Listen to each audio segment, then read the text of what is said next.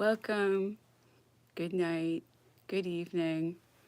Tonight we are going to go back to the memoirs of Napoleon's poisoner, Count Charles Tristan de Montaigne. He was such an attractive person. I think this book's really well written. I think we're going to find out how he fooled Napoleon because Napoleon trusted him. Something very interesting is that a day before Napoleon died, he actually changed his will in Montaigne's favor. Isn't that incredible? So now he was killing him, but he found a way to make money also off of that. So that's the pattern we're so familiar with, the killing and making money off of it at the same time. That's always the goal with this sort of situation. So we're just going to get right back into it, and we're going to see what a real handler trader can do and how charming he can be and how convincing he can be, because he did it.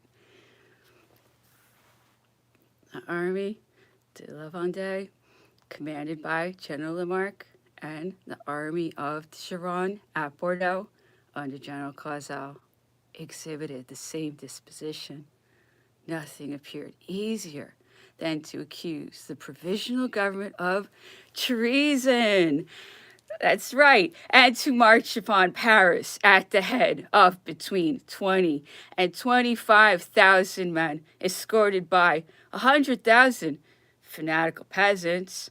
The state of things was communicated by writing to the two generals above mentioned, and General Clausel answered that he was ready to bring 10,000 men, whom he had under his command. General Lamarck negotiated. He did not feel it to be consistent with his duty to act in person against a government appointed by the chambers, but he fully perceived the danger to which the country was exposed and was ready to fight against its enemies. On the other hand, the emperor, in writing to Lamarck and Clausel, had rather yielded to the urgent requests of the Duke of Rovigo and General Lallement. Then followed his own opinion, for he felt a real repugnance to the resumption of power, and could not, moreover, believe it possible that the provisional government would allow the Bourbons to re-enter Paris. In addition, he felt himself restrained by an unfeigned aversion to having the social destinies of France committed to him for a second time. In fine, this new revolution came to naught, like those by which it had preceded, and at 4 o'clock on the morning of the 3rd of July, the emperor descended the steps of the prefecture, thanking the people whilst he was getting into his carriage for the generous reception which they had given him. Cries, "Vive l'Empereur! Remain with us, sire!" be echoed from all sides, but the imperial exile made a signal with his hand to the postilions, and the carriage was driven off at full speed. The shouts of respect and devotion to his person, which followed his departure, long resounded in our ears. General Becker had availed himself of this halt to write to the provisional government the following report.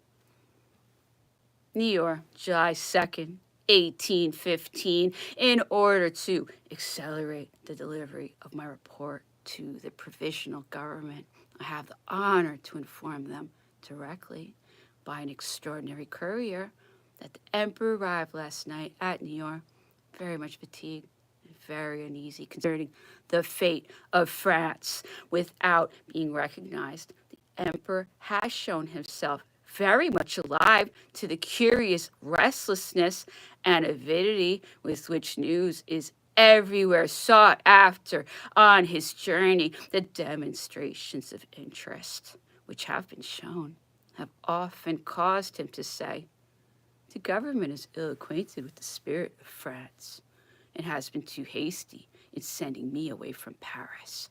Had it accepted my proposition, the whole state of affairs would have been changed. In the name of the nation, I could still exercise a great influence in political affairs and support the negotiations of the government by an army to which my name would serve as a rallying point.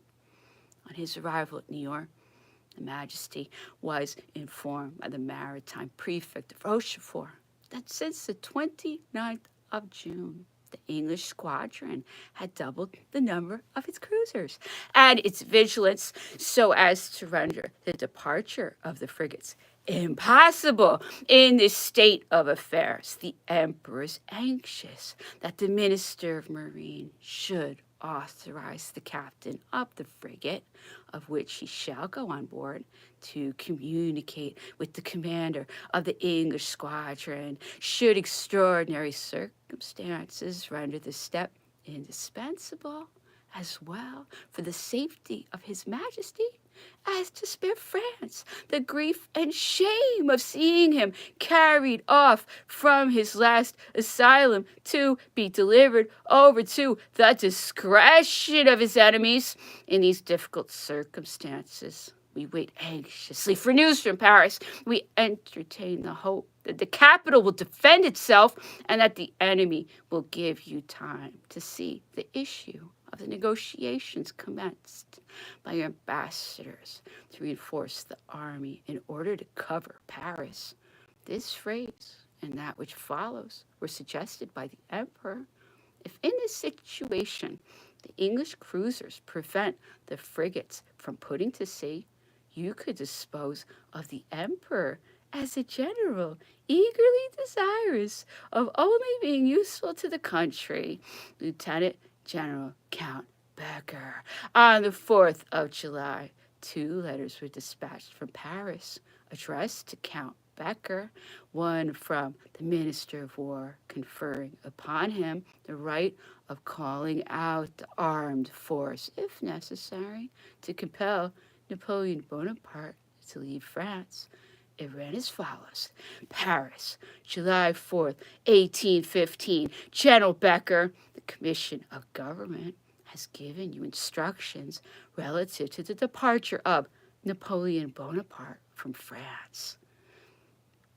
I entertain no doubt of your zeal to accomplish the object of your mission, with a view of facilitating it as much as in my power. I have issued orders to the generals commanding in La Rochelle and Rochefort to supply you with the necessary force and by all the means at their disposal to support such measures as you may deem suitable for the full execution of the orders of the government, except, General, the assurance of my high consideration for the Minister of War, the Secretary General, Counselor of State. You know, I would like to draw your attention to how they're changing his name, because his name is so powerful and it has a lot of influence on the public. So now they're going to change his name. Okay, I want people to be very aware of name games that go on, because we're seeing a lot of them lately. All right, time for Las Casas in Italian. Thinking about Italian a lot today. We've got some good Italian on the blog today. Loving it. Can learn Italian and listen to amazing music. It's the best way. All right. Okay.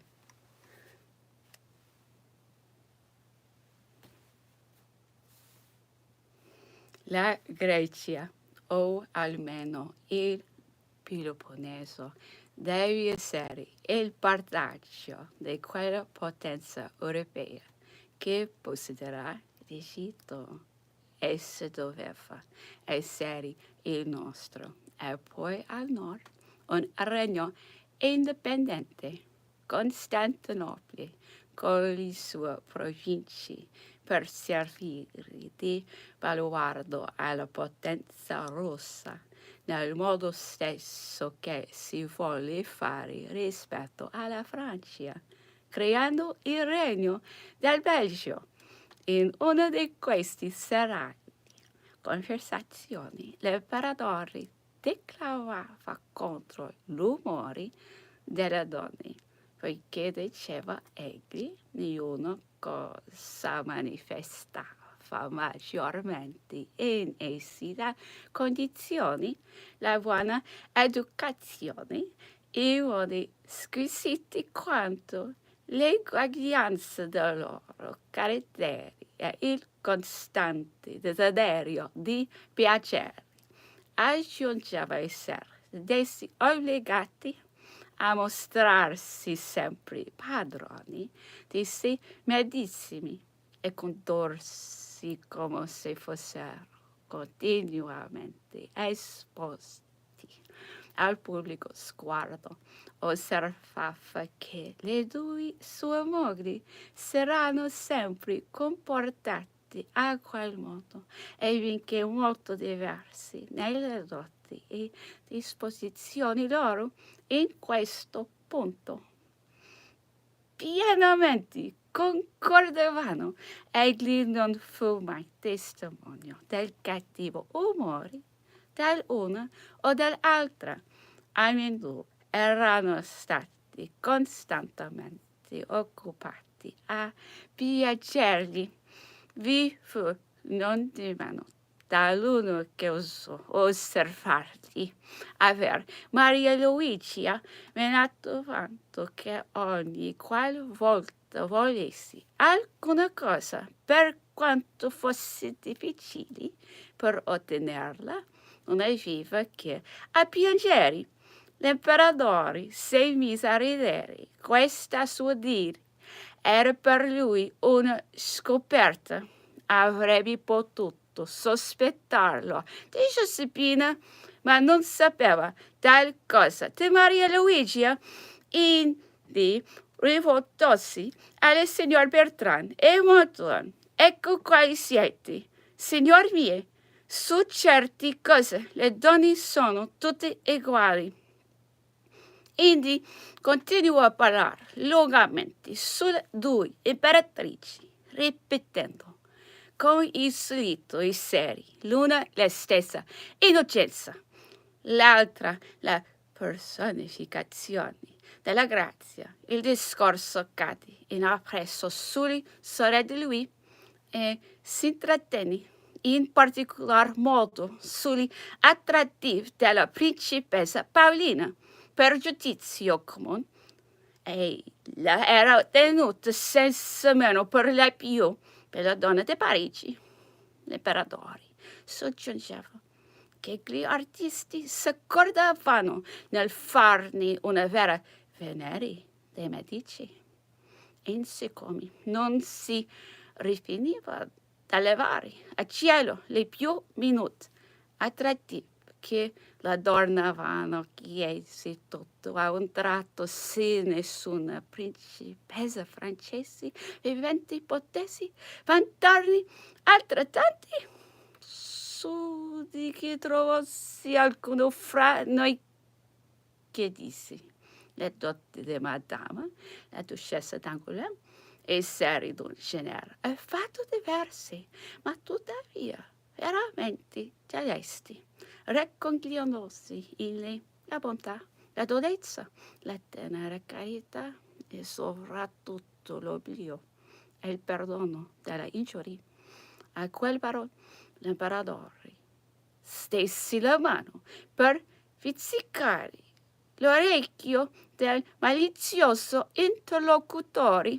Per buona sorte di lui, i tavolieri da giù costava di mezzo, separandolo dall'imperatore. Okay, another classic moment.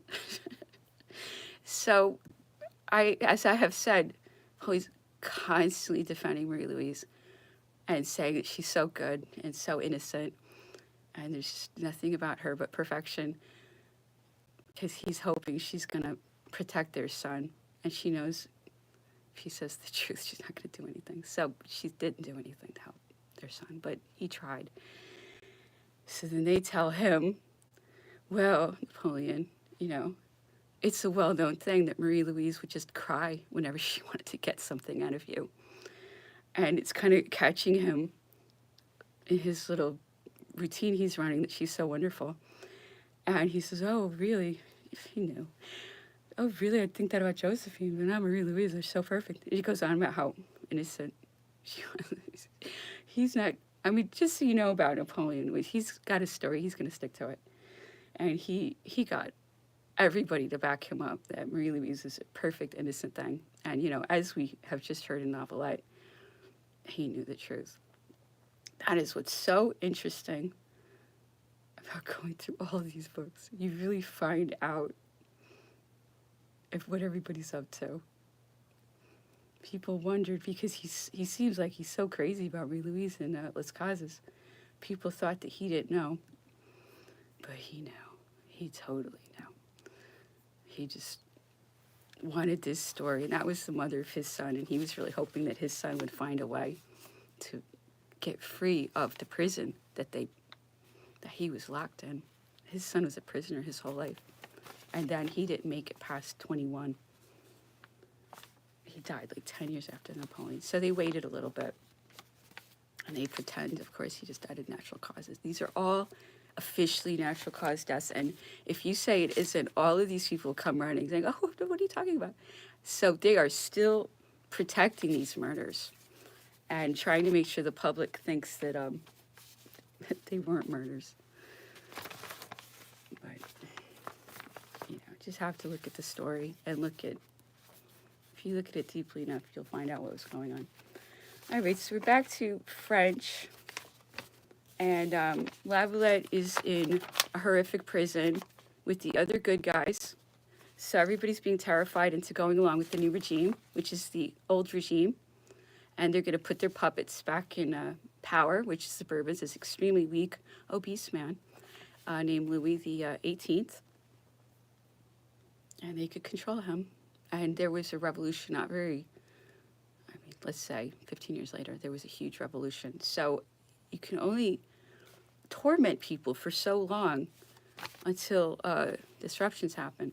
But then they got another puppet in place. So it's convenient. There's revolutions and then they get their guy back in.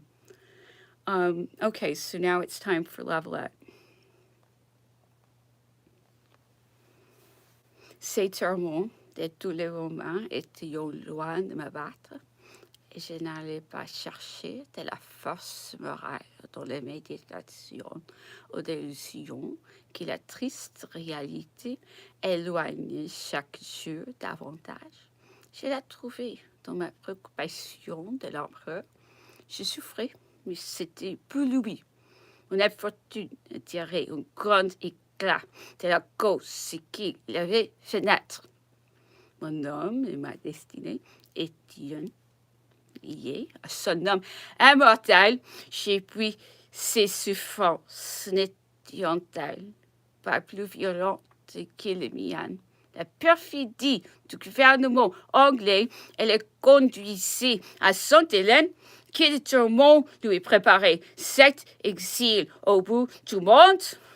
J'aurais eu honte de me plaindre devant une telle infortune. La vengeance des rois se pesait si sur nous deux, et j'ai trouvé consolation et gloire à la partager. Cette pensée m'a constamment soutenue et m'a sauvée de toute faiblesse. L'idée qu'il lirait mon procès, que ma mort serait une émotion pour lui, que je me montrais digne de son attachement et de sa confiance, exalté sans cesse. Je dirai plus tard comment ce sentiment d'énergie contre le malheur reçut un puissant aliment d'une autre cause. Quelques semaines après mon entrée, un jour que je me promenais dans la cour, le maréchal Ney m'aperçut au bas de l'escalier qui conduisait à mon ancien cachot. Il me salua au menton rapidement, accompagné du concierge d'un officier de gendarmerie. J'appris ainsi qu'il était arrêté. Il avait été désigné que moi, souhaité quitter le royaume. Il s'était contenté de se réfugier dans le château d'un parent de sa femme, aux environs des Carreaux. Son sabre, qu'il avait laissé dans le salon, les trahit cette fois. Il se laissa arrêter, bien persuadé qu'on ne serait condamné après un mois de séjour dans ce cachot. On le plaça enfin au-dessus du moi, dans le logement du greffier. Il y avait une poêle qui garantissait du froid, et sa fenêtre pliée, mais plus élevée, lui procurait un air un peu voile, malsain, que celui que je respirais. Le seul homme et ses dignités séparant les garantures des vexations dont on s'épuisait à l'accabler. Il jouait assez bien de la flûte, et pendant quelques jours, il put s'en servir, put charmer son ennui. Cette ressource lui fut enlevée, sous prétexte que les règlements de la maison s'y opposaient. Il aimait à répéter une valse que j'ai eu longtemps en souvenir et que je me surprenais à fredonner dans mes rêveries du soir. Je ne l'avais jamais entendu ailleurs. Je l'ai retrouvé une seule fois en Bavière. C'était dans un bal champêtre, sur les bords du lac de Starnberg. J'avais sous les yeux des jeunes paysannes foulant gaiement un gazon bien frais. L'air honnête, doux et mélancolique, le son de la flûte me rejeta violemment dans la conciergerie et je me souvais en fondant en larmes et en prononçant avec amertume le nom de l'infortuné maréchal. Pendant la journée, nous partagions la promenade dont les petites queues sans pouvoir y rester ensemble, quoiqu'il fût constamment accompagné d'un gendarme. J'avais l'habitude de me promener dans la grande queue à 6 heures du matin. Le maréchal désira choisir cette époque de la journée pour sa promenade. Je la lui cédais de grand cœur. Et cet rangement de jusqu'à l'époque où le secret auquel il était soumis fut enfin levé. Alors, tous les jours, le maréchal et ses enfants venaient dîner avec lui. Elle l'accompagnait toujours dans ses promenades. Un jour, elle s'approcha de ma fenêtre et me dit: la sentinelle que nous garde est un vieux soldat qui a servi sous le maréchal. Il désire beaucoup causer avec vous. Effectivement, le maréchal s'approcha. L'entretien ne pouvait être long. Je suis tranquille sur ma position, me dit-il. Des amis nombreux veillant sur moi. Le gouvernement marche encore vers sa ruine. Déjà, les étrangers prennent parti pour nous. L'indignation publique s'étend jusqu'à eux. Et si vous en voulez la preuve, lisez ce papier, brûlez-les ensuite. Il me glissa à travers les barreaux une liasse, des brochures et des feuilles manuscrites. J'ai trouvé effectivement des menaces violentes et jusqu'à des provocations qui me pareront fort maladroites. Enfin, beaucoup de nouvelles absurdes suivant-elles. Les Anglais, en étant au regret d'avoir replacé la maison de Bourbon sur le trône, l'impératrice Marie-Louise protestait dans un long écrit contre la décision des souverains qui l'avions éloigné de France. Ce que le maréchal m'avait dit de ses amis était plus exact, mais quelque temps après, j'ai appris qu'il avait échoué dans une tentative essayée pour se sauver de la conciergerie et que 6 000 officiers à demi-solde avaient été forcés de s'éloigner de la capitale par ordre du ministre de la guerre. Peu de temps après cet entretien, nous avions encore échanger les heures de nos promenades. C'était alors lui que de sentir les soirs dans les pros, accompagné de sa femme, de son beau-frère et de sa belle-sœur, Madame Gameau. Les prisonniers étaient alors retirés dans leur dortoir. Parmi eux se trouvait un militaire nommé Dieu, dont la jolie voix et les chansons plaisantes de Monsieur le maréchal. Je désirais vivement le revoir. Et un soir, j'ai hasardé à monter sous le pro. Le concierge était sorti, le geôlier m'ouvrit la porte et me conduisit. J'ai trouvé le maréchal et M. Gameau. Je me joignis à eux. C'était environ 3 mois après notre premier entretien. Toutes ces solutions me paruront alors dissipées. La boudoir y a passé, me dit-il. Puis ce sera vous, mon cher Lavalette, et moi ensuite. Peu importe, lui dis-je. Que de vous, ou de moi, tombera le premier. Je vois qu'il n'y a plus de ressources.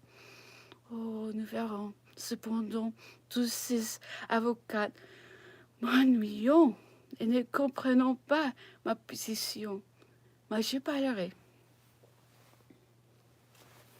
It's super sad. Lavallette's such a sentimental person. So Ney, who was Napoleon's general, he didn't even like him, is locked up, and they're going to kill him because his soldiers mutinied under him. It wasn't even his fault. He was actually not on Napoleon's side, and they're still going to kill him. And he played the flute, and Lavalette would listen to Ney in his prison cell playing. So sad. And he would play a waltz, and they took the flute from him for some stupid pretext. They wouldn't even let him have his flute while they were going to kill him, and he didn't even, he wasn't even really loyal to Napoleon. It's absurd. But that's terrorism. That's how terrorism works. It's absurd things to scare people so they won't do the right thing. That is exactly how terrorism works. It doesn't make sense, and it's absurd. Anyway, so at first, Ney had hope that he was going to bust out. And then by the end, he finally is able to talk to Lavalette in prison. And Lavalette says, look, it's going to be you, then it's going to be, they're going to kill all of us. These were all completely innocent people. And I just want people to understand how terrorism works, and that the terrorists have been running things for a long time. And because of this is not how you run a government. This is how you scare everybody. It's not good. I'm never going to give in to it. And that's what Lavalette's saying here. He's saying he's proud to die for Napoleon, for his cause. Because Napoleon was fighting for the people, and he was doing the right thing. And that's, I think, why they don't want people learning about Napoleon, because it makes people believe in things, and it makes people have, ideals. And I don't think, the TV is there to foster thought. I'm not a big fan of television. I think people know that. I think it's, our big enemy. There are some good things on television, obviously, but I think most of it is to, make people not think. Anyway, it's time for Answer Marking Spanish. I have so much ranting to do, so many things to say, which I constantly say on my blog. I hope I'm not too repetitive. I can't help it. Anyway, time for Answer Marking in Spanish. Su padre estaba preso como asistente general. Él vino a presentarse a la Comisión Nacional cubierto con la sangre que acababa de derramar por la patria, con eso logró poner a su padre en libertad. El día de 13 de Vendimiario mandaba una de las divisiones de artillería que defendían a la Comisión se hizo sordo a las seducciones de un gran número de personas de su conocimiento y sociedad. Yo le pregunté si podía el gobierno contar con él. Sí me dijo, he jurado sostener la República, hago parte de la Fuerza Armada y obedeceré a los órdenes mis jefes. Además, por mi opinión, soy enemigo de todos los revolucionarios, tanto de los que solo adopten las máximas de la revolución para restablecer un trono, como de los que quisieron renovar aquel régimen cruel en que tanto han sufrido mi padre y mis parientes. Efectivamente se comportó como hombre generoso y fue muy útil en aquella acción que salvó la libertad. Le tomé por edicto mío al principio de la campaña de Italia. En casi todas las acciones hizo servicios importantes y al fin murió gloriosamente en el campo de batalla en Arcola, dejando su mujer joven y encinta de 8 meses. En consideración a sus servicios, pedí que su suegra fuese borrada de la lista de emigrados donde había sido escrita, aunque jamás salió de Francia. Igual justicia reclamé para su cuñado joven, que solo tenía 14 años cuando fue escrito en la lista fatal y que se hallaba en país extranjero para educarse. Después de haber hablado largamente de los hombres que habían contribuido a sus victorias, pasó el emperador a hacer una nomenclatura de los movimientos y combinaciones que las habían facilitado. La historia no presenta igual serie de conceptos.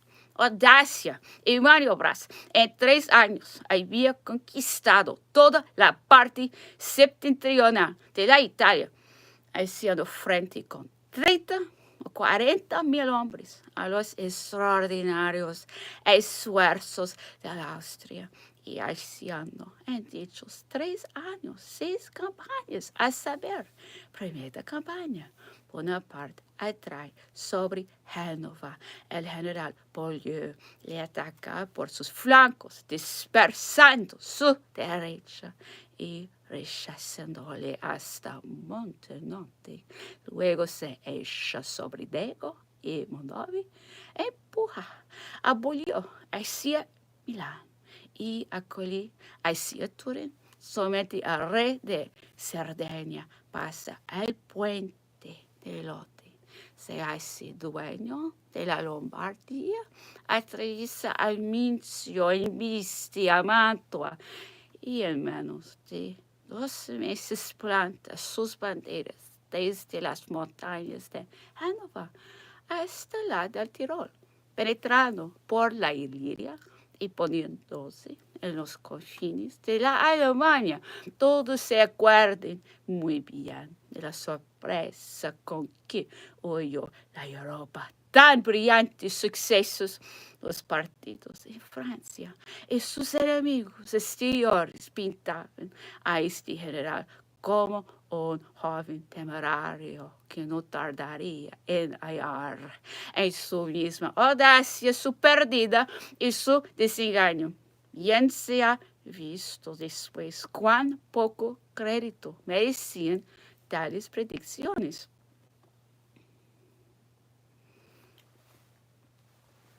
All right, so here Napoleon's talking about the person who took a bullet for him. I'm not sure exactly how he somehow got in the way of a cannon, some kind of fire, and he died. Muron. So he's talking about how he did everything for his family, and then Napoleon goes into his favorite topic, which is the conquest of Italy. He likes to tell the story of how he took over Italy. So it's going to be that for a little bit. It's it's a very good memory for him because he talks about it a lot in these memoirs from St. Helena.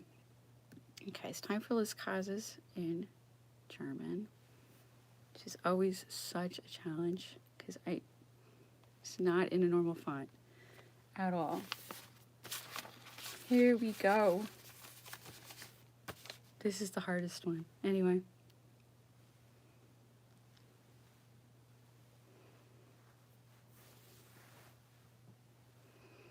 Allerdings hatte der Feind auch gelitten, aber es war doch im Vorteil, hatte die Idee der Überlegenheit für sich erweckt, hatte die Schwäche der Franzosen in Hinsicht auf ihre Anzahl ganz bequem vernehmen können und zweifelte auch wirklich gar nicht mehr.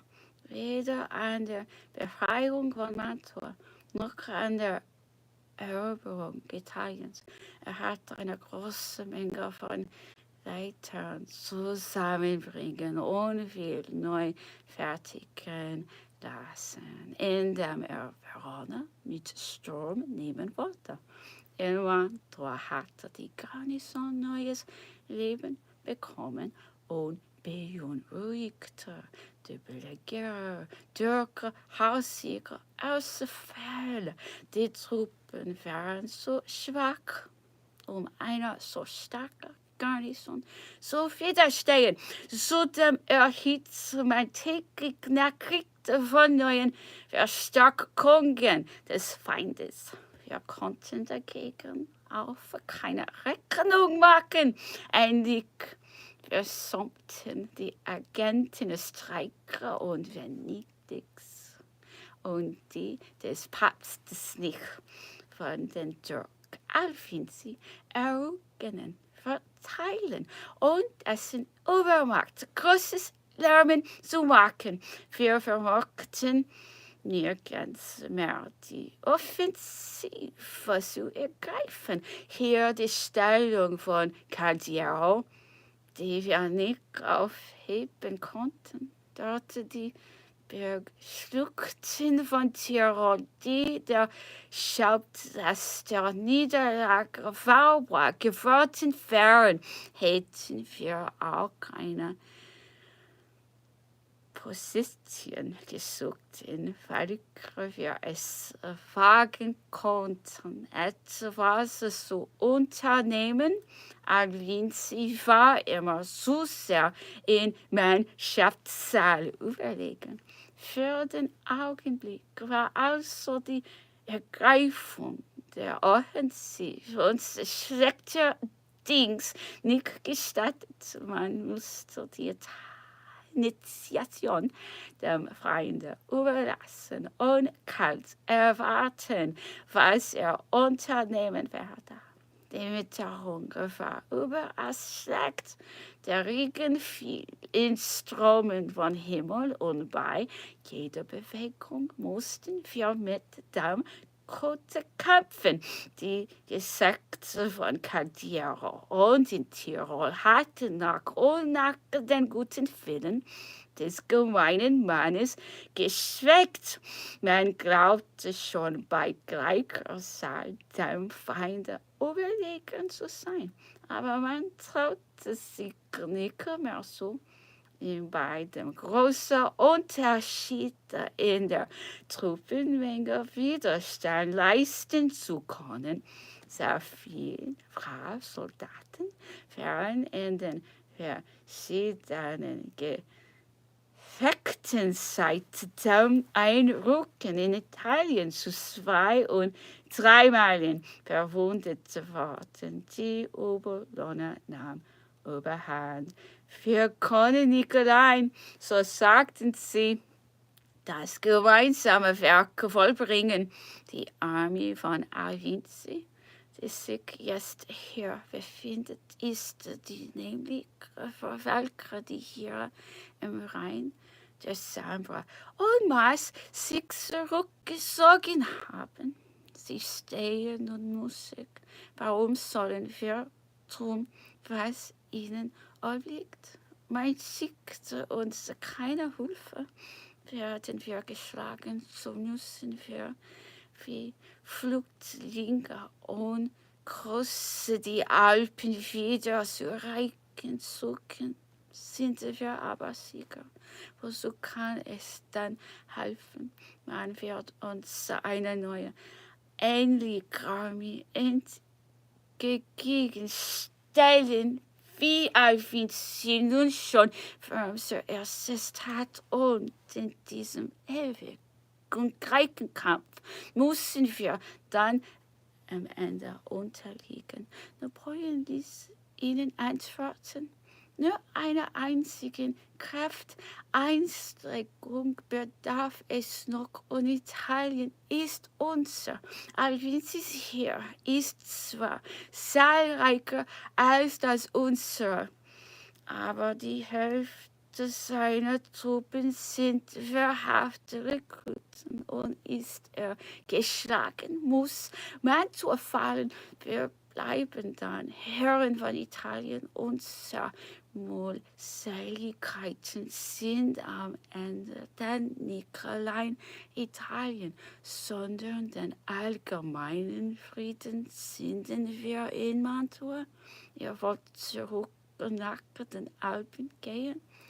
Das wird ihr nicht vermogen. Nach dem harten, ermüdenden Leben auf diesen unfruchtbaren Felsen habt ihr leicht zu den Annehmlichkeiten der Lombardei übergehen können, aber von den lachenden, blutenreichen Bivouacs in Italien kommt ihr euch nicht mehr wieder erheben zu der strengen Lebensweise. Auf jenen rauchen Bergspitzen Nicklinge würdet ihr jetzt ohne mürrenden Schnee und das Eis der Alpen ertragen. Es sind Verstärkungen angekommen. Wir erwarten darin noch mehrere. Wir sind unterwegs. Lasst Drohketi, Völker sich nicht geschlagen wollen, Völker schon reich genug sind, euch nicht von der Zukunft fordern. Schlagt Alvisi, und ich stehe euch für das Übrige. All right, that's it for tonight. I hope you have a very good evening.